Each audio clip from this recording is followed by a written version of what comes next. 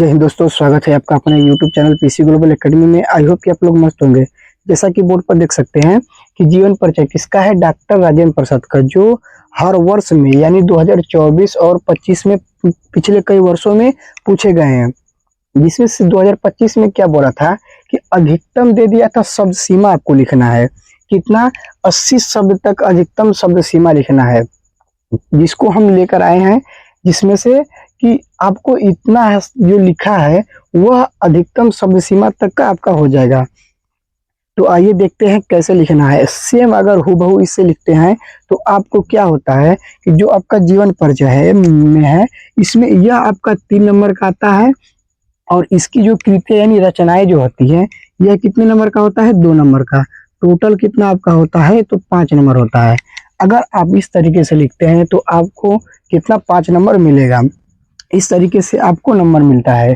तो आइए देखते हैं कैसे हम इसको लिखते हैं, कैसे आपको सेम लिखना है। जैसे कि आप जैसे कुछ पॉइंट होता है, मेन पॉइंट, अगर उसको आप इस तरीके से हाईलाइट कर देते हैं तो यह जाहिर होता है कि आपको वह जो होता है साफ दिखता है। तो इस तरीके से आपको एग्जामिनर जो होता है डायरेक्ट नंबर देता है। आइए देखते हैं क्या है। इसका है तो डॉक्टर राजेंद्र प्रसाद का क्या है कि डॉक्टर राजेंद्र प्रसाद का जन्म कब हुआ था। तो डॉक्टर राजेंद्र प्रसाद का जन्म सन 1884 ईस्वी में कहाँ हुआ था, बिहार राज्य के छपरा जिले कहाँ, बिहार राज्य के छपरा जिले के जीरादेही, क्या है, जीरादेही ग्राम में हुआ था। इनका जन्म जो है कहाँ, बिहार राज्य के छपरा यानी जो है छपरा जिले के जीरादेही ग्राम में हुआ था। यह जो है कलकत्ता, यानी अब कलकत्ता को क्या बोलते हैं तो कलकत्ता को कोलकाता बोलते हैं। कलकत्ता विश्वविद्यालय में इन्होंने क्या किया कि कलकत्ता विश्वविद्यालय में किस चीज की पढ़ाई की, एमए यानी एमए की परीक्षा को उत्तीर्ण किया। कहाँ से, तो कलकत्ता विश्वविद्यालय से इन्होंने परीक्षा को उत्तीर्ण किया यानी पढ़ा। उसके बाद इन्होंने क्या किया, राजेंद्र बाबू बड़े मेधावी छात्र थे। मेधावी का मतलब कि बहुत चतुर चालाक यह छात्र थे, जिससे प्रायः सभी परीक्षाओं में इन्होंने क्या, प्रथम स्थान प्राप्त किया। ऐसे जो भी इन्होंने इच्छा यानी मतलब जो भी यह मतलब पढ़ाई लिखाई में जो भी किए हैं, सभी परीक्षाएं दिए हैं, वह इसमें प्रबल अंक लाए हैं यानी प्रथम स्थान पाए हैं। जिससे कि मुजफ्फरपुर के एक कॉलेज में, कहा, मुजफ्फरपुर के एक कॉलेज में कुछ दिनों तक क्या रहे, अध्यापक का कार्य किए हैं। कार्य करने के पश्चात सन 1911 से 1920, कब तक, 1911 से 1920 तक राजेंद्र बाबू ने वकालत की। वकालत यानी जो अदालत में किया जाता है, ठीक, पटना हाई कोर्ट में वकालत की। कलकत्ता कहाँ से की है, राजेंद्र बाबू ने कलकत्ता में और पटना से कहाँ की है, क्या चीज कर रहे थे यानी वकालत कर रहे थे। कलकत्ता से और पटना में हाई कोर्ट में इन्होंने वकालत की। भारतीय कांग्रेस जो पहले थी क्या कि भारतीय कांग्रेस जो थी उसके यह 3 बार सभापति चुने गए हैं। किसके, तो भारतीय कांग्रेस के इन्होंने 3 बार सभापति चुने गए हैं।